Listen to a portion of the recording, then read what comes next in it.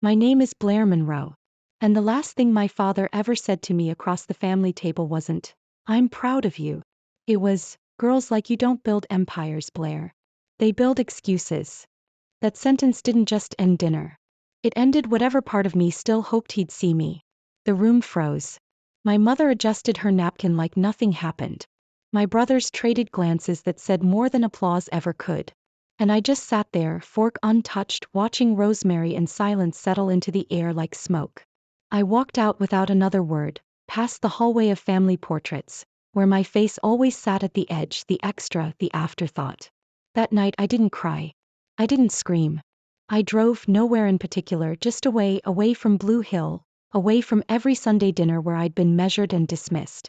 Because even though my father had said it like a verdict, something in me refused to believe it. Quietly, stubbornly. One day I thought he'll say it again. But not in a dining room. Not as a warning, as a headline, as a whisper in a room full of strangers watching me take a stage he never thought I'd stand on. Before I tell you how that moment really happened, if you've ever been told you're too small, too soft, too late, if you've ever been underestimated by your own family, leave a comment. Not for sympathy, for the record. Because some blueprints aren't made from stone or steel. Some are made from silence, waiting to be built. My father's words didn't just kill dinner. They burned away the last shred of trust in me. The room went still, like someone had knocked the wind out of Sunday. No one said a word. Not my mother, who kept adjusting her napkin even though it hadn't moved. Not my brothers, who glanced at each other with that smug silence that's louder than applause. And definitely not my father, who sat back in his chair like a judge. Who delivered the final ruling. The roast smelled like rosemary and betrayal. I pushed my fork aside. "Excuse me," I said, standing too quickly. The chair scraped behind me like a warning. No one stopped me, not even her. My mother's gaze found her plate like it was safer than the battlefield unfolding 3 feet away. I walked through the hallway where our family portraits hung like a timeline of diminishing returns. In every photo, my father's hand rested proudly on one of my brother's shoulders. I was always off to the side, holding a ribbon or a certificate no one asked about. Outside, the early spring air in Blue Hill hadn't made up its mind. Still sharp around the edges, still stubborn with frost. My boots crunched across the gravel driveway. I didn't know where I was going, only that it couldn't be here. Not after that. Not after he looked me in the eye and said I wasn't built for anything but excuses. He didn't even yell. That was the worst part. It wasn't anger. It was certainty. The kind of belief that had festered in him for years, but finally slipped into words like poison leaking from a cracked bottle. I drove without a destination, letting the Ohio roads take me wherever they wanted. Each passing mile peeled away a layer of calm until nothing was left but raw, stinging memory. I remembered being 10 and winning the state math contest. The trophy was taller than my knees. I ran up to him breathless and asked, "Are you proud that I'm better at math than your brothers?" He smiled and said nothing. Silence was his favorite way of withholding love. Polished, polite, denial disguised as dignity. I should have seen it then, but hope is a tricky habit even when it limps. An hour later, I pulled the car to the side of a quiet service road that looked over a frozen field. The moon lit the grass in silver in grief. I gripped the steering wheel so tightly my knuckles turned pale, then let out a yell that broke in my chest halfway through. Not from pain, from rage. "I'll make you say it again in front of America." Not just to me. Not in that dining room where his power was unshakable. I would drag the truth into the daylight. I would build something so undeniable, so loud he'd have no choice but to choke on the silence he once fed me. But first I needed to start. I drove back to the apartment I rented above a laundromat on 5th. The hallway light flickered like it was nervous too. I walked inside, dropped my coat on the couch and stood there for a moment, just breathing. The air smelled like reheated ambition.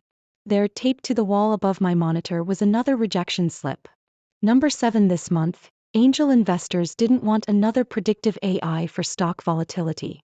They wanted flash hype. Male co-founders. But in the corner of the screen the code was still running. A silent rebellion, calculating patterns, feeding on real-time market noise. No sleep, no ego, just math. Beautiful, brutal math. I leaned closer. The AI had flagged an anomaly in pre-market sentiment for a small biotech stock. It wasn't the first time, but this time the margin was different, sharper. I reached for my phone. A voicemail icon blinked softly. Press play. My mother's voice gentle and tired. I always believed in you even though your father couldn't see it. I stood in the blue glow of the monitor, heart cracked open. Her voice faded but the code kept humming. So did the fury, and underneath it something sturdier. Determination wrapped in steel. Back at the apartment, Blair opens the monitor. Another rejection slip is taped to the wall. But in the corner of the desk the code is still running. You've got a clever mind, Blair. But in this world, clever isn't enough unless someone bets on it. Vivian Kane said it like she had seen too. Many clever people fail. The kind of failure that wasn't loud, just permanent. I sat across from her in a corner booth at a cafe in Midtown Manhattan that tried too hard to look effortless. Exposed brick Edison bulbs, coffee served in glasses without handles. My hands were still trembling from the walk here. Or maybe from the month of rejections, probably both. That morning I'd posted 3 more rejection emails to the wall above my monitor. I called them my fuel board. Some people used vision boards. I used proof that I was still too much or too little for everyone else. Then Vivian's email arrived like a trap door opening beneath my bitterness. Subject line, your deck intrigued me. That was all it said. I replied in under 3 minutes. Now here she was. Vivian Kane, the founder who'd lost everything at 35 and came back swinging with blackline capital like a woman who refused to fade. There was something jagged about her. Not cruel, just cauterized. She flipped through my pitch deck on her tablet like she already knew what was coming. Predictive stock volatility using NLP sentiment waves. She said ballsy, especially in this market. I cleared my throat. I don't have the full data fire hose yet, but the back tests. I saw them. You're not wrong. Her eyes didn't leave the screen. But being right doesn't make you money. Being early does. I hated that she was right. Loved that she was saying it. I'm offering $7 million, she said suddenly, sliding a thumb drive across the table. Memorandum of Understanding. 3-month license on the model. Exclusive trial. You'll still own it. The world went blurry for a second. Or maybe it just tilted. I blinked. Why me? Vivian gave a half smile that didn't touch her eyes. Because you're not cute about it. You're angry. Angry founders build things that break markets. I laughed because if I didn't, I'd cry. When she stood, I followed her outside. Spring had softened the streets just enough to trick you into thinking New York was kind. She lit a cigarette with the wind, shielding her flame, then looked over her shoulder. You remind me of myself before I started listening to men who told me I was too much. She exhaled. Don't listen to them unless they write checks. Back at my apartment in Brooklyn, I stared at the thumb drive like it might vanish. My phone buzzed. Voicemail from Mom again. Her voice soft as always. Mom always believes in me even though my dad can't see. Wasn't new, but it's still act. The kind of ache that turned into resolve. I opened the licensing packet. Pages full of clauses, contingencies, blackline edits. I didn't understand half of it, but I understood enough. This was oxygen. I signed. Just before hitting send, I looked up at the only photo on my desk, the one I'd placed after that disastrous dinner in Blue Hill. My mother, smiling in front of a garden she never got to call hers. She looked like hope in bloom. I picked up a marker and wrote on the back of a post-it, Lucent, a name that meant shining or clear. The model deserved something better than just V3.4B, and she deserved a name that meant something. That night, as I ran final diagnostics, a Zoom window opened for a routine onboarding. Vivian's camera was off, but I could hear her typing. In the corner of her frame, a man leaned forward and peered at my code. His hair was silver, combed too neatly. His eyes scanned faster than was comfortable. He didn't introduce himself. Vivian noticed him and tilted her screen just enough to obscure him. Technical advisor, she muttered. Don't mind, Harold. He's just thorough. Something about the way she said his name made my stomach shift. I didn't press. Blair posts a picture of her mother on her desk naming the new model Lucent. We regret to inform you that Blackline Capital is terminating the agreement effective immediately. That one sentence did what months of rejection hadn't managed. It knocked the breath out of me. I reread the email again, hoping it would morph into a joke. The blue glow from my monitor didn't flinch. It stayed cold, final like the walls around me. I tried calling Vivian. Voicemail. I called again. Straight to voicemail. I didn't scream. Not yet. Not while I still didn't understand why. I threw on a coat over my sweatshirt, shoved my laptop into a canvas bag and ran 5 blocks to the subway. The whole ride I stared into my reflection in the window, hollow-eyed, lips pressed tight. Who pulls the rug after placing it? By the time I arrived at Black Line's building in downtown San Francisco, the sky was bruising into dusk. I swiped my guest badge at the elevator. Red light. Access denied. The security guard at the front desk looked up from his crossword puzzle. I'm sorry, ma'am. You've been removed from the system. The word removed landed harder than it should have. Like I was never meant to be there. Like Vivian's handshake was just a temporary seat at a table they'd already cleared. I turned away without saying anything. I didn't trust my voice to carry anything but a scream. The closest bar I could find in Brooklyn had peeling wood panels and a jukebox that hadn't worked since before smartphones. I sat in a corner booth and nursed a drink I didn't like. My phone buzzed and for a second I thought it might be Vivian. It was Caleb. Hey, he said, voice cautious. I saw the headlines. What headlines? There was a pause. He sighed. Techstart News. Rogue AI model licensed by Blackline backfires. Contract nullified in emergency meeting. They're blaming instability in your algorithm. I laughed bitter and dry. They signed off on that code. It didn't backfire. Someone just wanted it buried. Silence. Then Caleb said, come over. I've got tea and questions. I showed up at his brownstone around midnight. He opened the door like he'd been waiting all evening. You look like hell, he said, stepping aside. You're not wrong. I sat on his couch, fingers still twitching from the adrenaline that hadn't worn off. Caleb disappeared into the kitchen and came back with 2 mugs of chamomile. I know who sabotaged you, he said without fanfare. I looked up. Vivian number. Not exactly. He reached into a manila folder on his coffee table and pulled out a printed screenshot. Do you recognize this file name? He asked. W. Monroe. Copy. PDF. It felt like someone poured ice water down my spine. No, I whispered, even though I did. Metadata was embedded in the anonymous complaint file that triggered the Blackline audit, he continued. Created by someone using the handle W. Monroe. I shook my head. That could be anyone. It's a common name. It's better, he said. Vivian's technical advisor, Harold Finch, used to work for your father. I blinked. What? Lawntech Ventures CFO for 8 years before early retirement. I didn't know whether to laugh or scream. My father had always been quiet about his network. Said people who bragged about connections were the ones who didn't really have any. I guess he believed in keeping assassins on a leash. Before I could respond, Caleb added, I want you to meet someone. He stepped into the hallway and returned with a woman in her mid-40s. Blazer, tired eyes, fire barely hidden beneath composure. Blair, he said, this is Diana Park. She nodded. I believed in Mr. Monroe once until he fired me for proposing a switch to automation in his supply chain. Said machines don't raise families.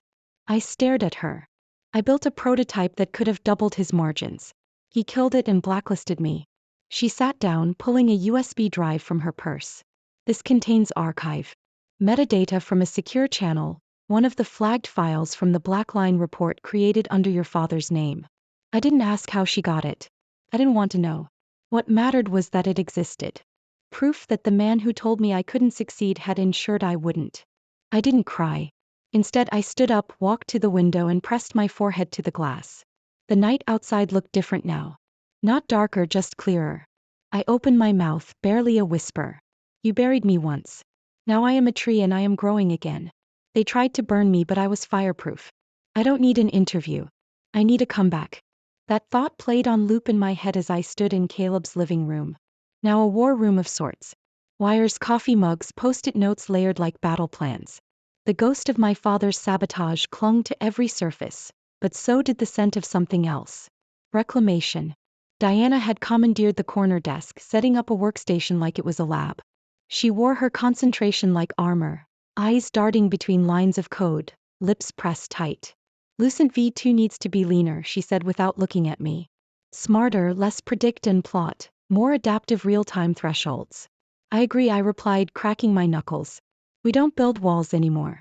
We build reflexes. We started from nothing.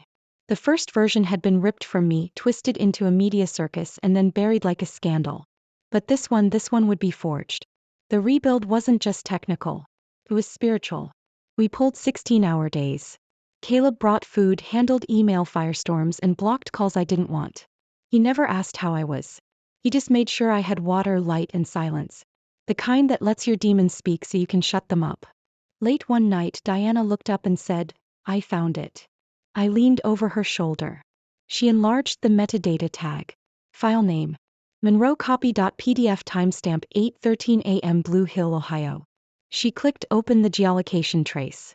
Blair. Her voice softened. This wasn't some random attack. This was orchestrated. I nodded. No panic. Just clarity. I need to go back, I said. Blue Hill. Caleb offered to drive, but I said no. This part one had to do alone. I arrived just after dawn. The streets hadn't changed. Same cracked sidewalks. Same bakery with the bell that jingled too loud.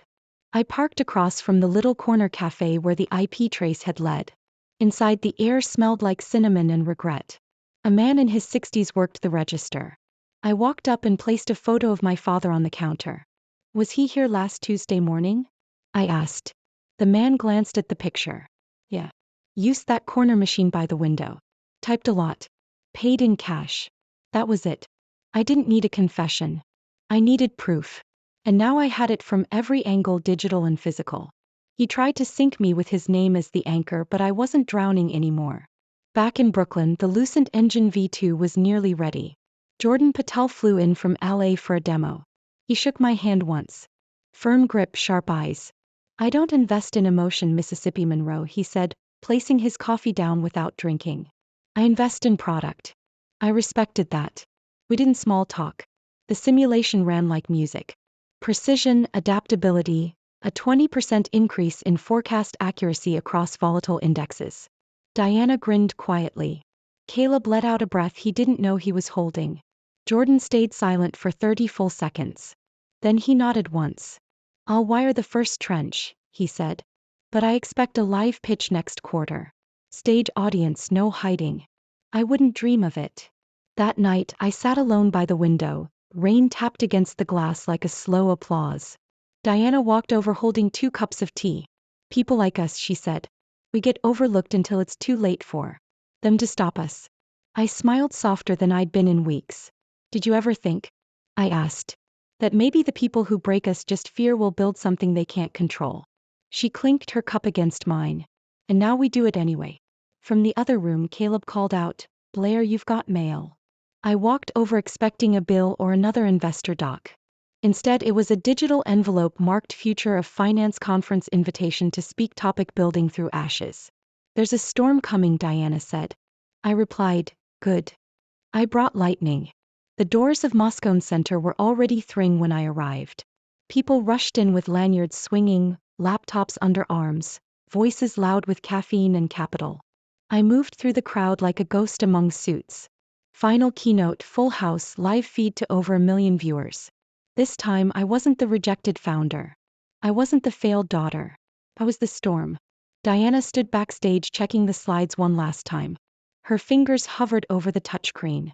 "Everything's set," she said, not looking at me. "Are you?" I took a slow breath. I was born ready. They just didn't notice. Jordan Patel gave me a short nod from the shadows. No advice, no platitudes. He was a man who respected results, not rituals. A voice in my earpiece. "Blair Monroe, you're live in 30 seconds. I stepped out. A sea of faces blinked under soft blue lights. The camera drone hovered, scanning expressions, logging reactions, broadcasting my entrance to living rooms and boardrooms across America. Behind me, the screen lit up. Lucent V2, adaptive market intelligence for a fractal world. I didn't start with stats. I started with truth. 3 years ago, I applied for 117 funding rounds. I was told I lacked leadership, traction, credibility, and once charisma. Laughter rippled. I smiled. I didn't stop. I built. And this, I gestured toward the screen, is what all those no's created. I walked them through Listen's engine. How it recognized behavioral patterns in micro-investors versus hedge funds. How it simulated external disruptions. How it didn't just predict markets, it adapted to them. Lucent doesn't assume you're perfect, I said. It assumes you're real, and it adjusts because survival is intelligence. Midway, I could see Diana in the tech booth, nodding subtly. Then I said it, I built this from rejection. Every no made this model smarter. That's when they stood. The audience. Thousands of them. A wave of movement like something tectonic. I could barely hear my own breath over the applause. But 2,000 people clapping wasn't the most important reaction. Halfway across the country in a quiet living room in Blue Hill, Ohio, Walter Monroe sat frozen. His coffee cup trembled, then slipped from his hand, shattering across the hardwood. His phone vibrated with a message from his sister. Is that your daughter trending nationwide? The live stream flickered back to me as I walked to the final slide. A photo appeared behind me, soft, grainy, but radiant. It was my mother. Her voice echoed in my memory from a voicemail I'd saved. Your mind is the garden, Blair. Keep it blooming. I said it aloud, not as a farewell, as a signature. The room went quiet. The silence was thicker than applause, the kind that carries reverence. I let it breathe. Let the truth settle like gold dust. Then I bowed my head and walked off stage. In the green room my phone buzzed. A missed call. The screen simply read DAD. I don't expect you to forgive me, Blair. Walter said. I replied, I didn't come here to forgive. I came to lead. He looked smaller than I remembered. The mahogany desk that once felt imposing now looked like dead wood. Sun faded, nicked at the edges. The walls of Monroe landscaping bore cracks from neglect. Boxes sat half-packed. And a foreclosure warning was taped to the side door. Outside, Blue Hill was thawing from winter, crocuses pushing through frost-crusted soil. It felt metaphorical. Walter stood by the window, back turned, shoulders heavy under the weight of something I no longer needed to name. I thought, he began, clearing his throat. I didn't think a kid like you could succeed. I aborted you.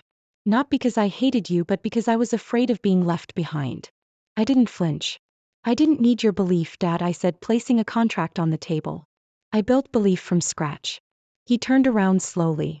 His hands trembled as he scanned the papers. I'm acquiring this company, I explained. You'll retain your name but not your seat. We're converting the operation into a tech extension hub. Automation, climate-based planning, AI workflows for agriculture. Diana will run integration. I'll own 70%. You can either retire quietly or help sweep the floors. For a long moment he didn't speak. Then slowly, deliberately, he nodded and bowed.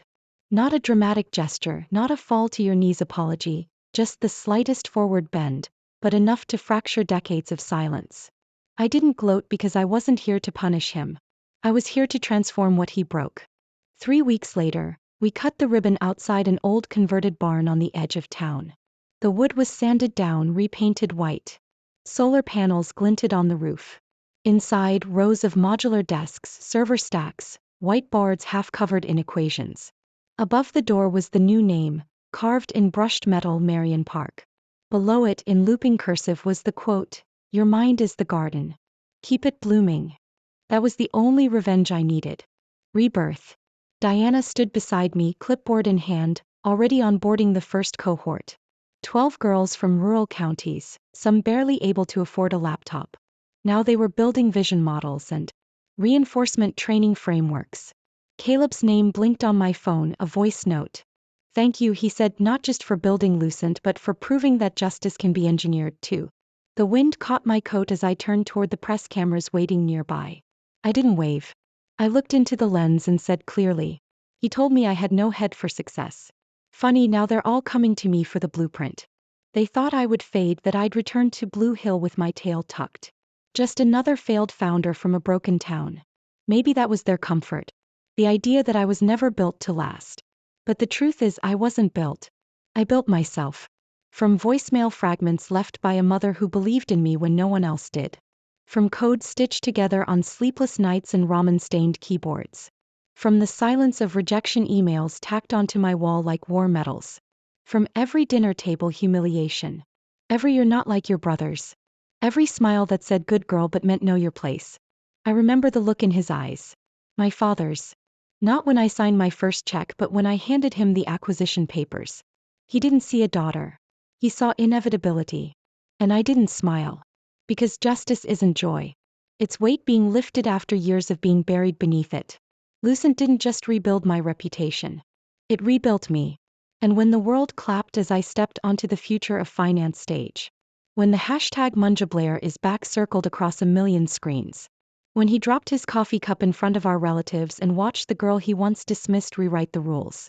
I felt nothing but stillness. Because the moment I realized I no longer needed his approval was the moment I became unshakable. I named the lab Marion Park, a fusion of two women.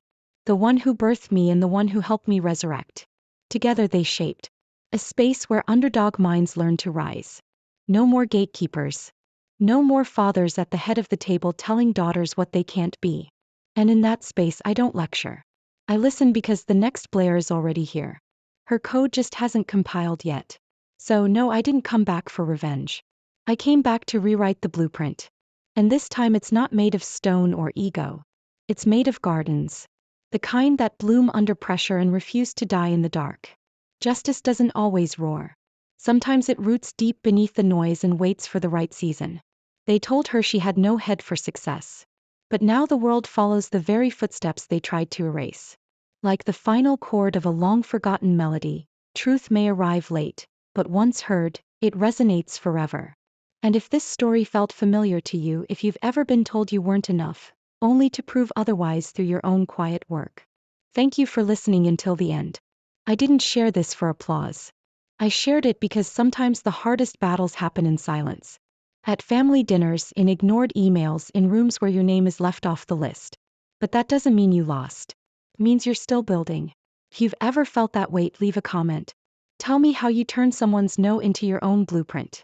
And if you'd like to hear more stories like this about quiet resilience, justice that doesn't need revenge, and voices that rise from silence, don't forget to like, subscribe, and share. Thank you for being here.